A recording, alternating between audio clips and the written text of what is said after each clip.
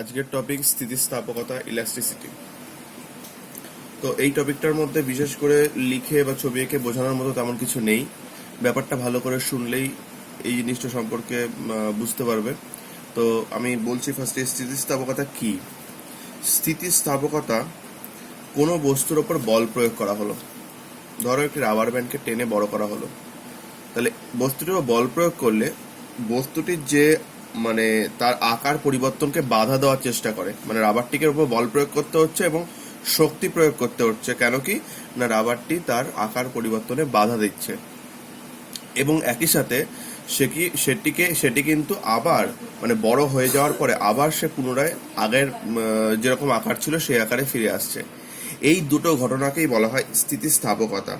বাইরে থেকে বল প্রয়োগ করে কোনো বস্তুর আকার বা আয়তনের পরিবর্তন ঘটানোর চেষ্টা হলে বস্তুটি যে ধর্মের প্রভাবে তাকে বাধা দেয়, রাবারটির ওপর আমাদের গায়ের শক্তি প্রয়োগ করতে হচ্ছে, কেন কি রাবারটি তার আকার পরিবর্তনকে বাধা দিচ্ছে এবং আকার পরিবর্তনের পর পুনরায় সে আগের অবস্থায় ফিরে আসার জন্য একটা বল প্রয়োগ করছে। তো বাইরে থেকে বল প্রয়োগ করে কোনো বস্তুর আকার ও আয়তনের পরিবর্তন ঘটানোর চেষ্টা হলে এবং বস্তুটি যে ধর্মের প্রভাবে পরিবর্তনের প্রচেষ্টাকে বাধা দেয় এবং বাইরে থেকে বল সরে গেলেই পুনরায় আগের অবস্থায় ফিরে আসে, তাকেই বলা হয় স্থিতিস্থাপকতা। বিষয়টা কিরকম? তো এক্ষেত্রে এই যে রাবার ব্যান্ডটি আমরা দেখতে পাচ্ছি, এই রাবার ব্যান্ডটি সে নির্দিষ্ট আকারে রয়েছে। এবার একে যদি আমরা এর আকার পরিবর্তন করতে চাই তাহলে আমাদের বল প্রয়োগ করতে হয়, কেন কি এই রাবার ব্যান্ডটা তার আকার পরিবর্তনে কিন্তু বাধা প্রদান করে। তাহলে এইটা একটা ধর্ম যে তার আকার পরিবর্তনে সে বাধা প্রদান করলো, তাও আমরা বল প্রয়োগ করে এটাকে লম্বা করে দিলাম। এবার এই বলটাকে যদি সরিয়ে নেওয়া হয়, বাইরে থেকে যে প্রযুক্ত বল রয়েছে এটাকে যদি সরিয়ে নেওয়া হয়, তাহলে কিন্তু এই রাবার ব্যান্ডটা পুনরায় তার আগের অবস্থানে ফিরে আসে। এই ঘটনাটি হচ্ছে স্থিতিস্থাপকতা। যেহেতু রাবারের মধ্যে আমরা এই ধরনের এই ব্যান্ডটার মধ্যে যেহেতু আমরা এই ধরনের সমস্ত প্রপার্টি দেখতে পাই, এই জন্য এই ব্যান্ডটার নাম হচ্ছে ইলাস্টিক ব্যান্ড, ধর্মটার নাম হচ্ছে ইলাস্টিসিটি। তো এই স্থিতিস্থাপকতা, তো এখান থেকে একটা ব্যাপার আমাদের মাথায় রাখতে হয়। অনেক ক্ষেত্রে কোয়েশ্চেন আসে, রবার এবং ইস্পাতের মধ্যে কার স্থিতিস্থাপকতা বেশি? রবার এবং ইস্পাতের মধ্যে। আচ্ছা, আমাদের হয়তো আপাত দৃষ্টিতে মনে হতে পারে রবারের স্থিতিস্থাপকতা বেশি, কারণ কি রবারকে যদি একবার আকার পরিবর্তন করা হয় বা পুনরায় সে কিন্তু আগের অবস্থায় ফিরে আসার একটা প্রবণতা দেখতে পাওয়া যায় এবং সে আগের অবস্থায় ফিরে আসে। কিন্তু ইস্পাতের ক্ষেত্রে সবসময় সেই ধর্মটি দেখতে পাওয়া যায় না। তাই আপাত দৃষ্টিতে মনে হয় রবার সেটি ইস্পাতের দণ্ডের তুলনায় বেশি স্থিতিস্থাপক, কিন্তু সেটা হয় না।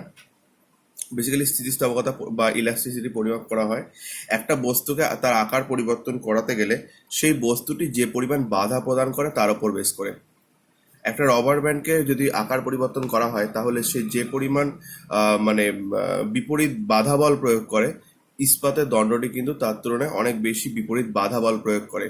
তাই এই ইস্পাতের দণ্ডটিকে কিন্তু বাঁকানো বা তার আকার পরিবর্তন করা রবারের ব্যান্ডটির আকার পরিবর্তনের তুলনায় বেশি শক্ত কাজ বা বেশি কঠিন কাজ বা বেশি বল প্রয়োগ করতে হয়। তাই এক্ষেত্রে ইস্পাতের কিন্তু স্থিতিস্থাপকতা বেশি হবে। তো এরপরে স্থিতিস্থাপকতা কি কি বিষয়ের উপর নির্ভরশীল? স্থিতিস্থাপকতা সাধারণত সার্টেন কয়েকটা বিষয়ের উপর নির্ভরশীল, যেমন অপদ্রবের উপস্থিতি। অপদ্রব যে বস্তুটি আছে বা যে উপাদানটি রয়েছে তার মধ্যে যদি বাইরে থেকে কোনো উপাদান খাদ হিসাবে মেশানো থাকে তাহলে কিন্তু তার স্থিতিস্থাপকতা সাধারণত ধর্মটি পরিবর্তন হয় বা বিশেষ করে হ্রাসই পায় স্থিতিস্থাপকতা। আবার অনেক ক্ষেত্রে বৃদ্ধি পাওয়ারও প্রবণতা দেখতে পাওয়া যায়, সেটা কেস টু কেস ভ্যারি করে। এরপরে আমরা দেখতে পাই বারবার বিকৃতি ঘটানো। বারবার বিকৃতি ঘটানো যদি এই বস্তুটাকে আমরা বারবার বিকৃতি ঘটাই তাহলে একটা সময় কিন্তু সেটি কিন্তু আকারে বড় হয়ে যাবে, এর স্থিতিস্থাপক ধর্ম কিন্তু নষ্ট হয়ে যাবে। যে কোনো জিনিস, যে এই বস্তুটিকে যদি আমরা বারবার, এই পেনটিকে যদি বারবার বাঁকানো হয় তাহলে একটা সময় নয়তো ভেঙে যাবে আর নয়তো সেটি বেঁকেই যাবে, সেটি কিন্তু আগের অবস্থায় ফিরে আসবে না। অর্থাৎ বারবার একটা বস্তু যদি বিকৃত করা হয় তাহলে তার ইলাস্টিসিটি প্রপার্টি বা স্থিতিস্থাপক ধর্ম কিন্তু হ্রাস পায়। উষ্ণতার পরিবর্তন। সাধারণত উষ্ণতা বৃদ্ধিতে স্থিতিস্থাপকতা কমে এবং উষ্ণতা হ্রাসে স্থিতিস্থাপকতা বাড়ে। আচ্ছা, এর ব্যতিক্রম আছে ইনভার। ইনভার একটা ধাতু সংকর যার কিন্তু উষ্ণতা পরিবর্তনে আহ, বিশেষ কোনো স্থিতিস্থাপকতা পরিবর্তন লক্ষ্য করা যায় না। আচ্ছা, এরপরে সম্পূর্ণ দৃঢ় বস্তু। সম্পূর্ণ দৃঢ় মানে শক্ত, বেসিক্যালি যে বস্তুকে যে কোনো মানের বল প্রয়োগ করেও কোনো বস্তুর বিকৃতি ঘটানো যায় না। কোনো মানের বল প্রয়োগ করেও যদি বস্তুর বিকৃতি না ঘটানো যায় তাকে সম্পূর্ণ দৃঢ় বস্তু বলা হয়। তাহলে যদি বল প্রয়োগ করেও কোনো বস্তুর বিকৃতি না ঘটানো যায় সে সম্পূর্ণ দৃঢ় বস্তু। বাস্তবে এই সম্পূর্ণ দৃঢ় বস্তুর কোনো অস্তিত্ব নেই। যদিও ডায়মন্ড বা হিরে এই বস্তুটি প্রচণ্ড কঠিন বস্তু হিসেবে ধরা হয়, এটির আকার পরিবর্তন করা খুবই কঠিন, কিন্তু এক্ষেত্রেও কিন্তু খুব বেশি মানে বল প্রয়োগ করলেও কিন্তু হীরের আকার পরিবর্তন করা সম্ভব হয়। আচ্ছা, এরপর হচ্ছে সম্পূর্ণ স্থিতিস্থাপক বস্তু। সম্পূর্ণ স্থিতিস্থাপক বস্তু হচ্ছে কোনো বস্তুকে যদি তার আকার পরিবর্তন করা হয় তাহলে তাহলে সেটি পুনরায় যদি আগের অবস্থায় ফিরে আসে, সম্পূর্ণভাবে আগের অবস্থায় যদি ফিরে আসে তাকে কিন্তু বলা হয় সম্পূর্ণ স্থিতিস্থাপক বস্তু। বাস্তবে এই ধরনের বস্তুরও কিন্তু কোনো অস্তিত্ব নেই। আচ্ছা, এরপরে আসি স্থিতিস্থাপক সীমা। স্থিতিস্থাপক সীমা বলে একটা পয়েন্ট আমরা পাবো এখানে কোয়েশ্চেনে, যদিও এই পয়েন্টটা নেই। স্থিতিস্থাপক সীমা হচ্ছে একটা নির্দিষ্ট সীমা পর্যন্ত বল প্রয়োগ করলে বস্তুটি তার স্থিতিস্থাপকতা ধর্ম বা ইলাস্টিসিটি প্রপার্টি কিন্তু বজায় রাখতে সক্ষম। তার থেকে বেশি বল প্রয়োগ করলে বস্তুটি কিন্তু বিকৃত হয়ে যায়, যার ফলে কিন্তু সেই বস্তুটির মধ্যে স্থিতিস্থাপক ধর্ম আর থাকে না। একে স্থিতিস্থাপক সীমা বলে। মানে একটি রবার ব্যান্ডকে এত জোরে টানা হলো যে ব্যান্ডটি ছিঁড়ে গেল, হ্যাঁ, সেক্ষেত্রে কিন্তু তার স্থিতিস্থাপকতা ধর্ম কিন্তু সেক্ষেত্রে আর সে দেখাবে না। এই যে বল প্রয়োগ করা পর্যন্ত স্থিতিস্থাপকতা কাজ করে একে বলা হয় ইলাস্টিসিটি লিমিট বা স্থিতিস্থাপক সীমা। আচ্ছা, সম্পূর্ণ নমনীয় বস্তু। সম্পূর্ণ নমনীয় বস্তু মানে হচ্ছে যে বস্তুর আকার যদি পরিবর্তন করা হয় তাহলে সেই বস্তুটি একটুও তার আগের অবস্থানে ফিরে আসার চেষ্টা করে না বা আসতে পারে না, তাকে বলা হয় সম্পূর্ণ নমনীয় বস্তু। এটা হচ্ছে একটা নরম মাটির দলা বলতে পারি আমরা। এই নরম মাটির দলা মানে জল দিয়ে মাটিটাকে ভালো করে জিনিসটাকে মেখে নিয়ে একটা গোল বল বানিয়ে নিলে এর ওপর যদি চাপ দেওয়া হয় তাহলে বলটি চেপটে যায়, এবং এক্ষেত্রে কিন্তু সেই বলটি কিন্তু আর পুনরায় আগের অবস্থায় ফিরে আসার ক্ষেত্রে সক্ষম হয় না। এটিকে সম্পূর্ণ নমনীয় বস্তু হিসেবে বলা যায়। তো এরপর হচ্ছে বিকৃতি বা স্ট্রেইন। বিকৃতি হচ্ছে কোনো একটি বস্তু, তার উপর বাইরে থেকে একটি ফোর্স প্রয়োগ করা হলো। বস্তুর উপর বাইরে থেকে ফোর্স প্রয়োগ করলে বস্তুটির এই যে নিচের তলটি ছিল এই তলটি ফিক্সড আছে। নিচের তলটি যেটা ছিল এই তলটা ফিক্সড আছে, শুধু ওপরের তলটা সরে গেল। তো এরকম, তার মানে এই উপরের তল আর নিচের তলের সাপেক্ষে একটা সরণ হলো, যেটা আপেক্ষিক সরণ, মানে এই তলের সাপেক্ষে এই তলটা এদিকে সরে এলো। এই ঘটনাকে বলা হয় বিকৃতি। বিকৃতি দৈর্ঘ্যের হতে পারে, আয়তনের হতে পারে। তো বিকৃতি ইকুয়াল টু হচ্ছে বস্তুর পরিবর্তনশীল দৈর্ঘ্য বাই প্রাথমিক দৈর্ঘ্য। তো এর কয়েকটা বেসিক ম্যাথ আছে, সেটা করার সময় সূত্রটা বলছি আমি।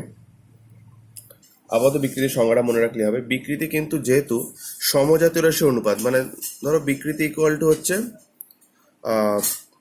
দৈর্ঘ্য দৈর্ঘ্য দিয়ে যদি বলি তাহলে পরিবর্তনশীল দৈর্ঘ্য, পরিবর্তনশীল দৈর্ঘ্য বাই প্রাথমিক দৈর্ঘ্য। তো পরিবর্তনশীল দৈর্ঘ্য এবং প্রাথমিক দৈর্ঘ্যর যেহেতু একটা রেশিও এখানে করা হচ্ছে, এখানে যেহেতু দুটোই লেন্থের রেশিও, দৈর্ঘ্যের রেশিও, তাই এক্ষেত্রে কিন্তু বিকৃতি কিন্তু এককবিহীন রাশি। এরপরে চলে আসি পীড়ন। পীড়ন হচ্ছে কোনো বস্তুকে বিকৃত করলে তার আভ্যন্তরীণ একটা বল সৃষ্টি হয়, যে বল তাকে পুনরায় আগের অবস্থায় ফিরিয়ে আনতে চেষ্টা করে। এই যে ইন্টারনাল ফোর্স যেটা তাকে আগের অবস্থায় ফিরিয়ে নিয়ে যাওয়ার চেষ্টা করে তাকেই বলা হয় পীড়ন। এই পীড়ন ইকুয়াল টু হচ্ছে প্রযুক্ত বল বাই ক্ষেত্রফল। তো একইভাবে একক যদি আমরা বের করি, বলের একক ডাইন, ক্ষেত্রফল সেমি স্কোয়ার, ডাইন পার সেমি square, SI newton per metre square. মাত্রা যদি করি, বলের মাত্রা এমএলটি -2 আর বাই ক্ষেত্রফল হচ্ছে এল স্কোয়ার। তাহলে কেটে গেলে পরে দেখো নিচে একটা এল থেকে যাবে, তাহলে উপরে উঠলে এল ইনভার্স টি ইনভার্স 2, তাহলে M L inverse T inverse 2। Next আমরা চলে আসছি একটা ইম্পর্টেন্ট টপিক, এটা খুবই ইম্পর্টেন্ট, হুকের সূত্র, হুকস ল। হুকের সূত্র বলা হচ্ছে স্থিতিস্থাপক সীমার মধ্যে পীড়ন ও বিকৃতি পরস্পর সমানুপাতিক। স্থিতিস্থাপক সীমা আমি আগেই বলেছি স্থিতিস্থাপক সীমা কি।